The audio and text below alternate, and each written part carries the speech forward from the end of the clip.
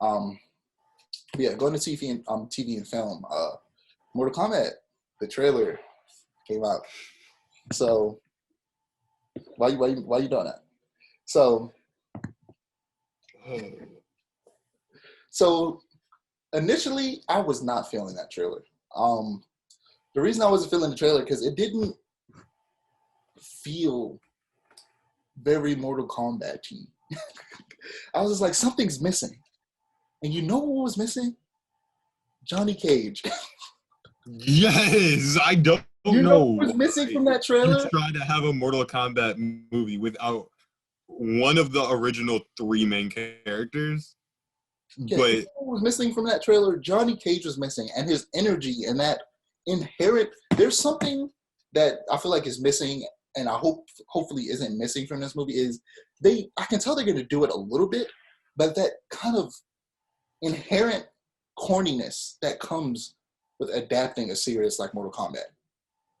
It's literally a video game about you brutally murdering people and people not dying when you like do a like X-ray on them. Like this people don't die when you kill them. That's pretty much.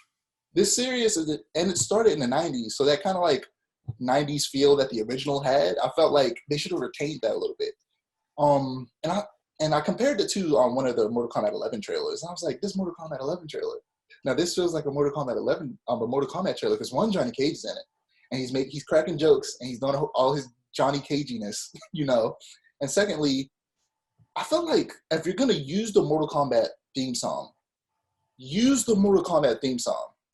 Don't try to combine it with some generic action movie theme song. No, just use the Mortal Kombat theme song through and through. Remix it. Go ahead and remix it because they remixed it in the Mortal Kombat 11 trailers. They remixed it. They didn't use the exact same, theme song from the '90s movie, but it still had the same energy as the original one. And I feel like if you're gonna use it, just use it. Don't try to change it up too much. I mean, I would assume they'll have a second trailer. If they don't have a second trailer, I'm gonna be upset. And if I want the second trailer to give us that energy. I want the second trailer to let us know this is Mortal Kombat. People like this is gonna still have that same goofy energy that Mortal Kombat is known for, combined with the sometimes serious tone that they take during the tournament. After watching it, I watched the trailer so many times that I like it now. But when I first saw it, when I first saw it, I was just like, something's missing. And like I just explained what was missing. But after seeing it so many times, I actually like the trailer. Before you go, I just wanted to say, I was watching. There's this show I plan on checking out on HBO called Warrior because I'm about to get HBO back because Kong comes out at the end. I mean, Godzilla vs Kong comes out at the end of this month, and they also added a second season of the show called Close Enough, which is made by the same creator as the regular show. It's essentially, I think I might have mentioned it before. It's low-key kind of like if Mordecai and Rigby got married, but Rigby was a woman. It's really fun. Yeah. Good show. But yeah, the show in there called Warrior. Joe Townsend, the dude that plays Sub-Zero, he's in it, and the fight, the stunt coordinator for Mortal Kombat is the same stunt team from Warrior. And I was like watching fight scenes, and the fight scenes look really good. So that makes me excited for the fight scenes in Mortal Kombat. Go ahead. So I'm much less positive. Your audio is mad weird right now. Is it any better? Yes, you sound like a robot. Okay. I don't know why. That's my bad. See if that helps. Is this better? No. You might have to leave and come back again. What's going on? I'm not leaving and come back. No, dude, you're gonna have to leave and come back. Is this better? Oh, thank God. Okay. I'm keeping that in. All right, go ahead. So I am a whole lot less positive about this trailer than you are. This does not feel like Mortal Kombat to me at all. This is not the Mortal Kombat I know and love. Here's the thing. I really thought you were gonna disagree with me. And I'm glad you agree a little bit because I felt this. It felt weird, right? This looks and feels like a fan film, in my opinion.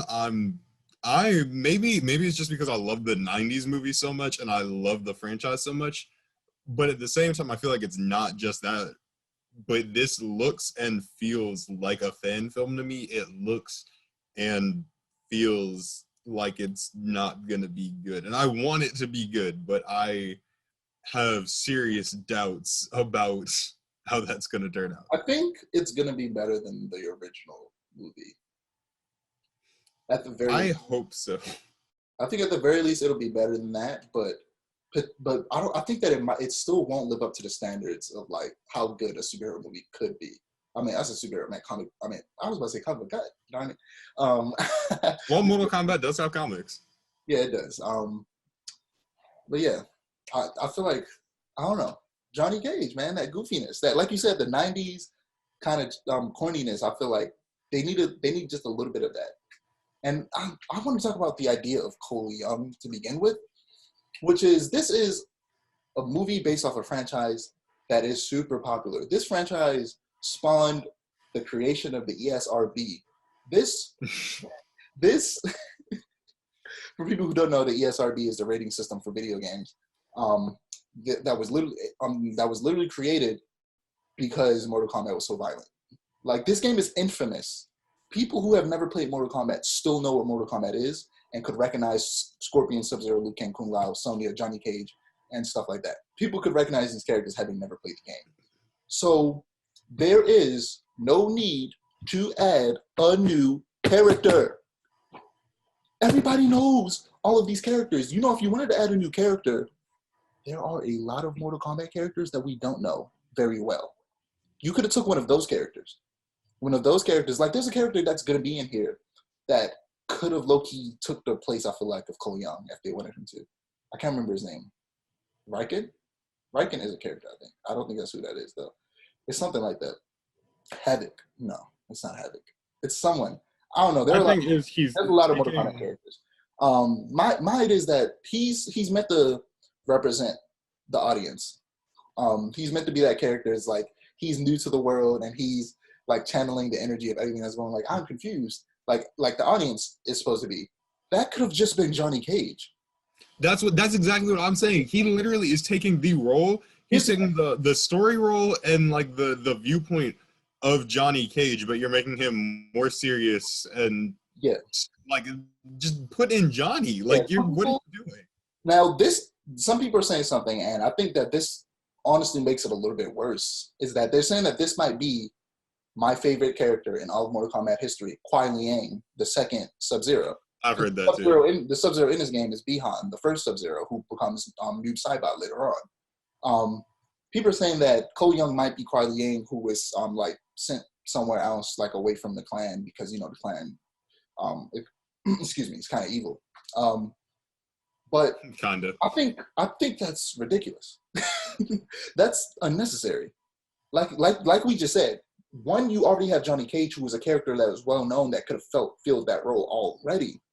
Two, why change Kuai Liang's backstory? What's the point? He could have still just been on what do they call it? The Lin Kuei. He could have still just been part of the Lin Kuei and Sub-Zero's younger brother. And, you know, Bihan dies. He gets killed by Scorpion. And then in the second movie, Bihan comes back as Noob and Kuai Liang comes back as Sub-Zero.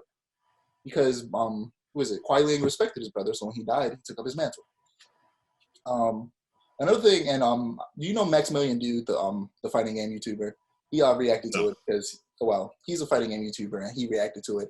And the one thing he didn't want, which was something that happened in the original movie as well, was Reptile being a giant lizard monster. And it looks like Reptile is going to be a giant lizard monster. And honestly, if I'm being honest, that does kind of suck, because Reptile has never been a giant lizard monster in the games. Actually, I think he was in one of them, or in one of them. I think it might have been a Mortal Kombat 4, the first 3D Mortal Kombat. I think he might have been a giant lizard monster. But in most of the games, he has the proportions of a human. But he has scales, he has claws, he has acid that he can spit out of his mouth. He has a lizard face. Why not just do that instead of making him a giant lizard monster?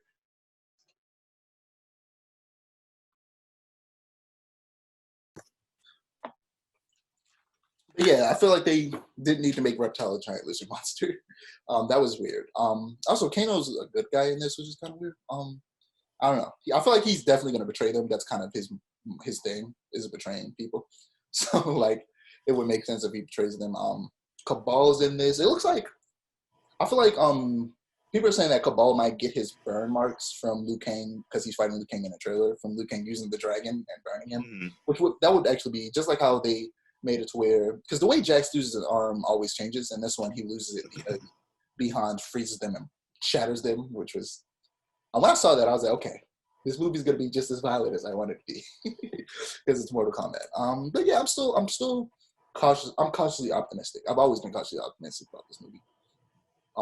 I remember when we first had our conversation about this Mortal Kombat movie, and you were like, I really hope that Jax's arms look good, and these aren't like these are not the Jax arms you want. They aren't, and I'm upset. I don't like them that much. I don't like them. They're okay. I don't hate them, but I wish they weren't the way they are. I hope they like get upgraded or something and look more sleek in the next movie. I just don't like how bulky they look. Like I don't know, because even Iron Man's armor looks less bulky than that. Like, I feel like it should look like the his armor from Endgame and Infinity War. Like it was more sleek and like it was still kind of like protruding in certain places, but it was very round in comparison to his other armors, which were more kind of pointed and edged. Angular. Yeah, angular. That's the word I was looking